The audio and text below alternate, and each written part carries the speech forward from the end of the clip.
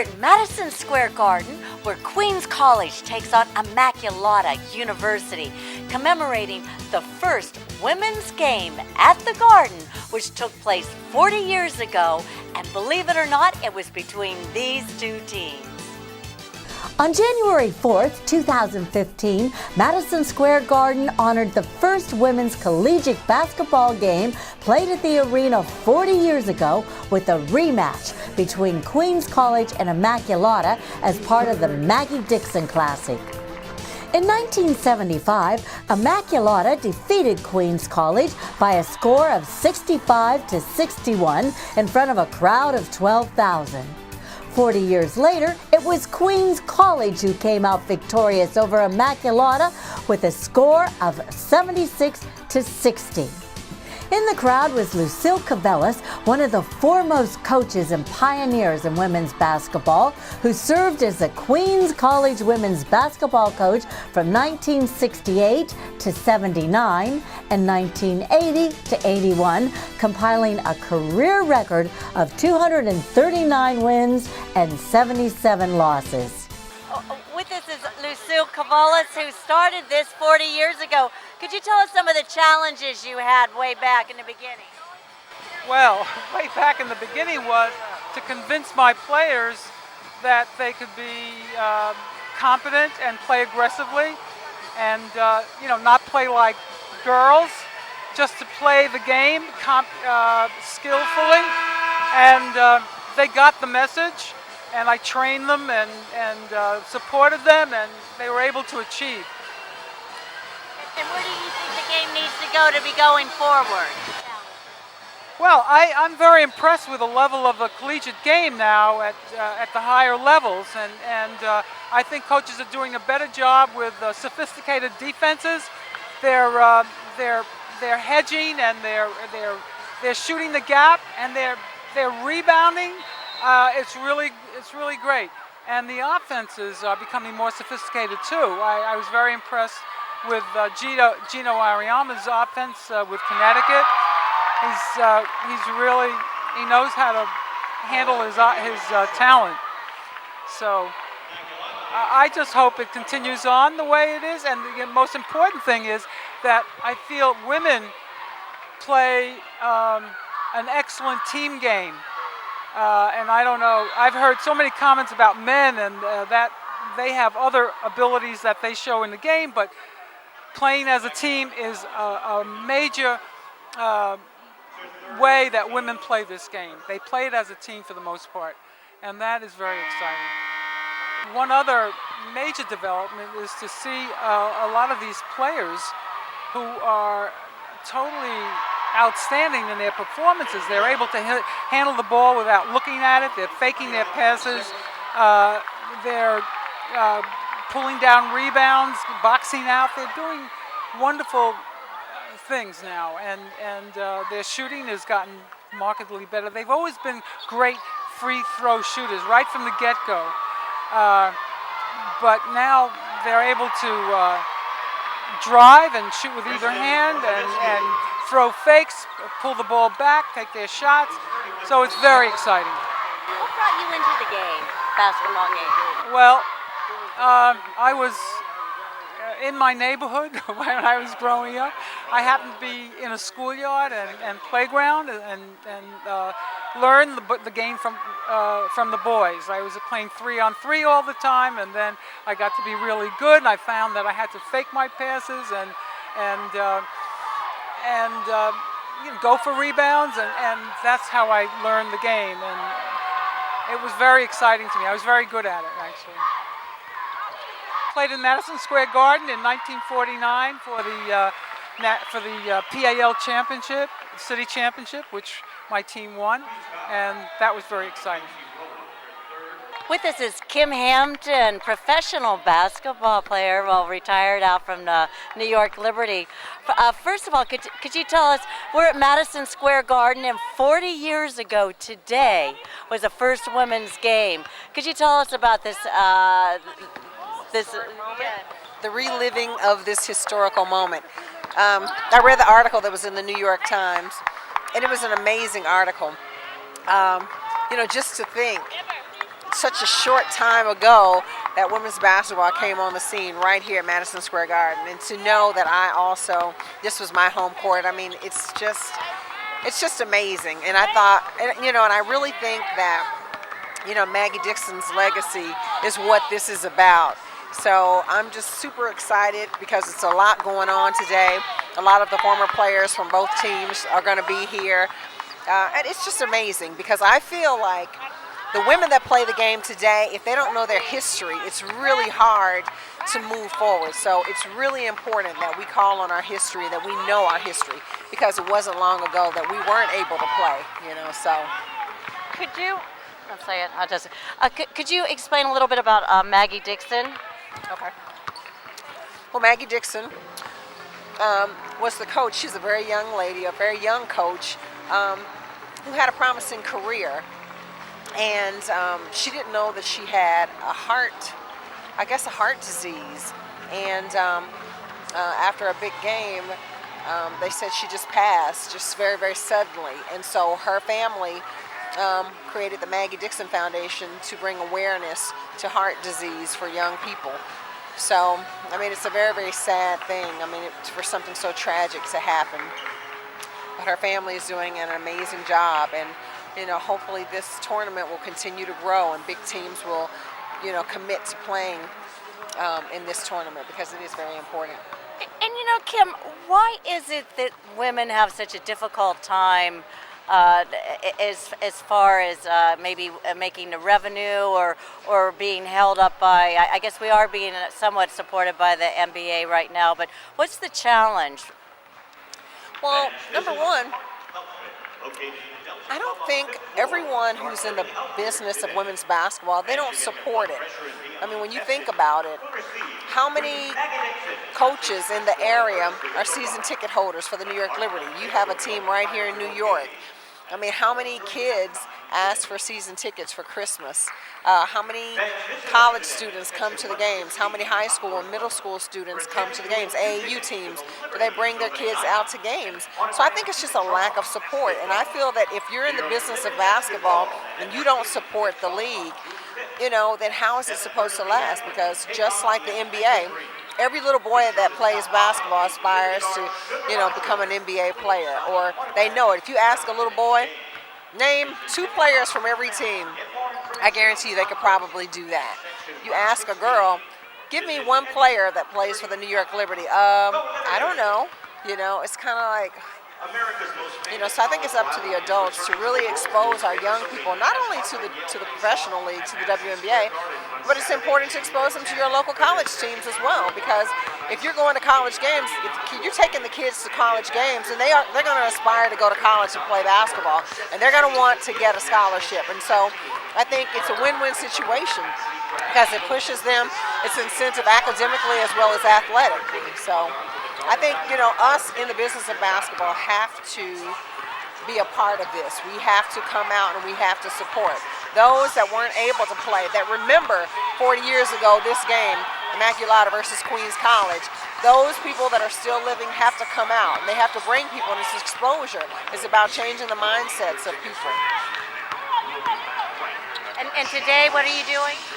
Today, I currently work with the New York Liberty and Community Relations. And amongst other things, I sing and speak, and so I'm doing a lot of other things. I don't know if I can put into words what today means. It is so remarkable. We were part of a very special time in history at Queens College, a time that really helped others achieve their dreams while Lucille was helping a bunch of young women achieve theirs. To be back here today, one, where does time go?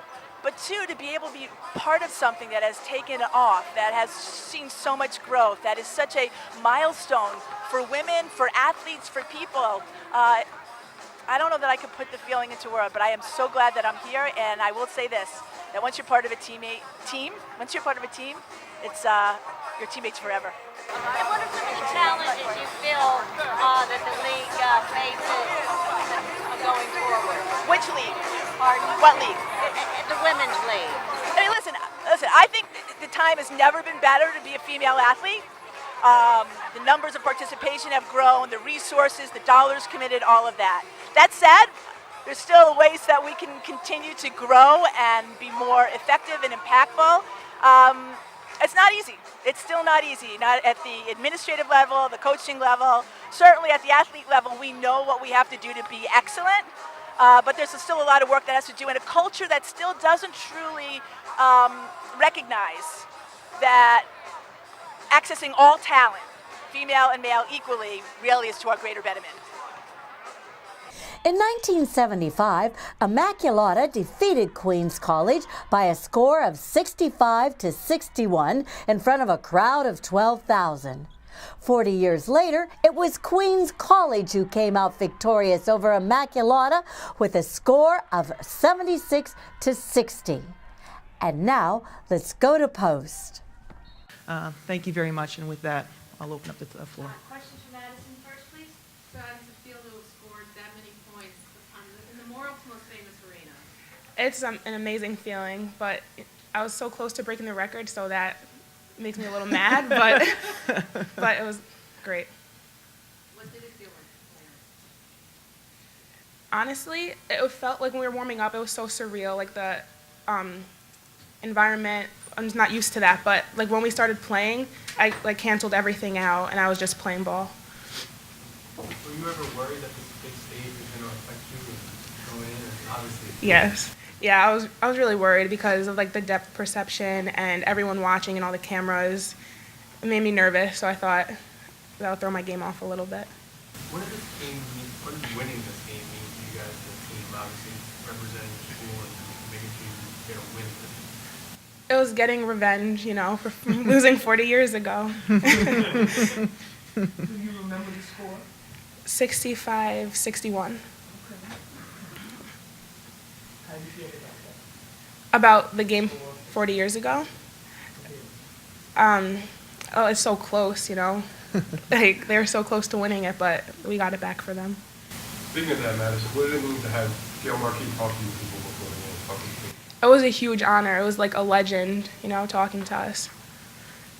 What was it like when, just now at the presentation at the Queen and St. John's and Queens College, and sort of like the best of women's basketball for Queens? What did that mean? It was a huge honor to be on the floor with, you know, like Brianna Stewart and Gino, like just being with them and like in the same arena, them watching us play, and now we're gonna watch them play. It's fun, an honor, you know. Anything else from that? Oh, sorry. Yeah, I'm sorry. When you enroll at Queens play and be a student, when did you first find out about the history of the program and what it meant to the early women's college basketball era? I actually knew before I committed because of Mackenzie being there, and Gail Marquis came in and talked to them their freshman year, so I knew before I committed to Queens. Anything else from Mackenzie? I mean, I'm sorry. It's a shame. She gets that a lot, so it's not the first time. Anything else from Madison? Oh. We good? If you want, you can stay, or else you can go back to Michael. Yeah, Go to Rocco. it's up to you. Yeah, I'll go back. All right. Thanks for support. Oh, wait, are you getting questions? Yes. Oh, I thought it was over. Okay. It's not always about you. I was just joking. All right, questions for Coach, please? You said you wanted to make sure all your players took today and Yes. really Yep. experienced it. So, well, first of all, how was it for you? And then what did you say to them before the game to get them all in? You know, I'm a bit of a mother hen, although they don't realize that. So my goal today was really about them and making sure that that this was an experience that when it's all said and done, they can look back on and say that we had that experience. We played at MSG, that we won that game, and that everyone contributed and stepped on the floor. So to be honest with you, I was really not thinking about the moment, other than thinking about the moment of what it meant for them. And I'm you know, what I said to them beforehand is, you know, we have this opportunity because of what our alumni accomplished 40 years ago. But I wanted today to be about them and their experience and what they can do at Queens College moving forward. So it was not only about honoring the past, but you know, honoring our today and our future. So, in thinking of that historical perspective, what are your thoughts about in the future in terms of women's hoops and all the stuff that's going around in college sports and basketball in particular? Yeah, I'm a little bit all over the place on that. So when I first got the job at Queens College, and I did my research, I was a little bit overwhelmed by our history and tradition. Overwhelmed in the sense that that's a tall feat to try to match. And I don't know that it will ever be done again, because Coach Cavallos was so ahead of her time in what she was doing, not only at Queens, but what she was doing to pioneer women's basketball. So there can only be one pioneer, and that was her. So my goal when I first got the job was, one of the mottos that we have in our locker room is restore the glory. And that went up in the locker room the very first year that I got the job. So they have a photo in the locker room, and we built a kind of a legend wall or tradition wall when I got the job. So they actually walk by our history every day in our locker room, and that was intentional. So up in our locker room is a photo of our national championship game against Immaculata at Queens College with the phrase restore the glory. So I'm very proud of our team and Madison as well, because I feel like we are on our way to that and restoring the glory back at Queens College. But we still have quite a bit of work to do. In terms of where women's basketball is today, I mean, obviously we're on the right track. We have a long way to go, in getting more female coaches out there in head coaching roles, et cetera. So in terms of that equality piece, but today is about honoring the past and what those teams did to get us on the right foot, and we are on the right foot. What was it like watching her play today and have this big a game and this big a moment and this big a stage? This is not atypical. This is what Madison does. I mean, last year she was one of 13 athletes in the country to get a triple-double, and in that game she scored 40 points. So I've seen her score 40 points, and I know she hates to hear this, but when I watch her play, I'm often a fan. Sometimes I stop and forget that I'm coaching and become a fan of hers, because she's a joy to watch. But this is kind of what she does. So I know that sounds awful, but this is like old hat now, watching Madison get double-doubles. It's who she is. She was the #1 scoring in the freshman in the country last year. She led the nation in steals last year. And her competitive drive is harder or stronger than anyone I have ever coached, hands down. So I know she may have been nervous, but as I said to her mom, as soon as that ball gets tipped, her competitive juices are going to start flowing, and we'll be just fine. So she did what I expected her to do. The game was I was going to say the game was surprisingly close at some points. I thought they played Division III, correct? So I thought you'd just squash them right down, and they put up a heck of a fight. I thought Immaculata played very inspired basketball, and I thought in the first half, I think they did a better job than us on just, going for it and playing in the moment, and whatever happens, happens. And I think they executed better in the first half. In the second half, I think that we kind of stepped up and said, you know what, this is our moment, let's just go for it. And I think that was the turning point. So full credit to them. They are a senior team. Their top 8 players, 7 of those 8 are seniors. So this is a very experienced team. And what I said to them coming in is don't take them lightly, because a team with this many seniors, is equivalent to probably a sophomore or junior Division II team. So very well coached team, great execution, and they did not miss a heck of a lot of shots today. Good for them. What did it mean to have your captain, who was injured all year, Liz Gully, get in the game to score? Well, you can see what it meant for the bench and for us. So a little quick history on Liz. Liz has probably spent 50% of her time at Queens College on crutches. So tore her ACL in her senior year, started her freshman year on crutches on an ACL repair, then tore the same ACL in her freshman year. So she sat out for a year for that. In the opening game this year, first 2 minutes, fractured her tibia and has been out for 6 weeks. So we knew we were going to get Liz in today one way or another to say that she could have the moment. We tried to tell her to not be a hero and just experience the day. She could not help herself clearly, and all of a sudden is driving to the basket, gets fouled, and gets the line. So we could not be more happy and proud of that girl, because she has had a really tough battle. So what a great day for her. And my follow-up to that is how relieved are you she didn't get hurt? Very. I'm glad that she was well padded. Gail Marquis said she had to make sure that Coach Cavallo didn't come over and sort of push you out of the way and start watching the game. So, your thoughts on that? I just love Coach K. And when I first got the job, I met her probably a month or 2 into the job when Debbie Mason was being inducted to the New York City Basketball Hall of Fame. And so I talked to Coach K, and I was a little bit starstruck, because at that point I had known the history and what she had accomplished. And then she came up to me after the event and said, you know what, Coach, I'd love to mentor you. Well, I just about hit the floor. And I thought I'd be an idiot to not take her up on this. But she is competitive, she is feisty, and she remembers the details of probably every game she has ever coached. And I'm so happy that she was here today, and she couldn't help herself. She did come over to the bench before the game and had to get ushered off, but she did come over and say congratulations and good luck. So, Coach, can you really attack the basket well today to set up something you do normally, or do you just take advantage of matchups? A little bit of both. We came in this game thinking that we had an athletic advantage and wanted to, drive the ball to the basket. I thought we settled a lot in the first half for outside shots. And started shooting NBA threes, which was not the plan. So that was kind of what we talked about in the half. Driving the ball to the basket a little bit more aggressively, and they made that adjustment. Two more here and here. Sure. You explained the fact that you are D2, and is that a carryover from the years and that you don't play the other CUNY schools, you play in a different league? Is that a carryover from the tradition that was established by what two seals teams? I think a little bit of both. I do know that Coach Cavales' team was Division I for 1 year, and she really wanted to stay Division I because she is as competitive as it gets. So they tried that out for a year, and I think that they decided on Division II, that was the best fit for us from a competitive standpoint, from a resource standpoint.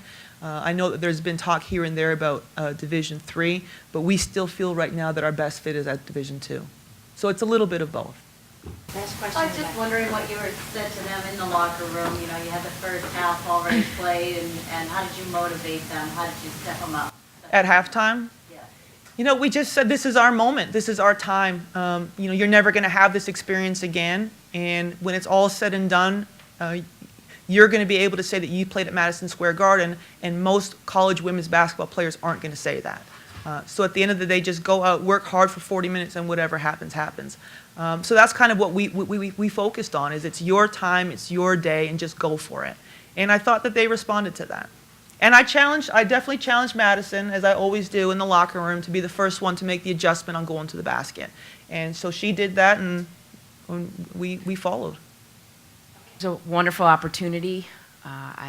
We're very appreciative of it. I thought they came out and played hard for 40 minutes, and that was pretty much our game plan. We knew they were going to be bigger than us, a little bit faster, and maybe even a little bit more athletic than us. But they came out strong from the beginning and played hard till the end. Questions for Sarah, please?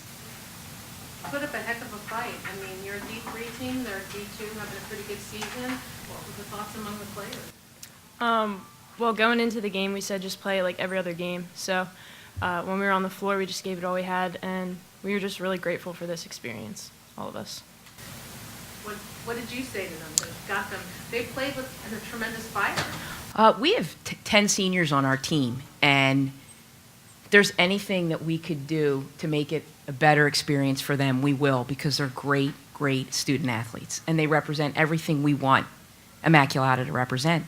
So we said to them, we watched them play, we had a scouting report, and we said, you just have to come out and play hard. And that's how we play. They dive on the floor for every loose ball.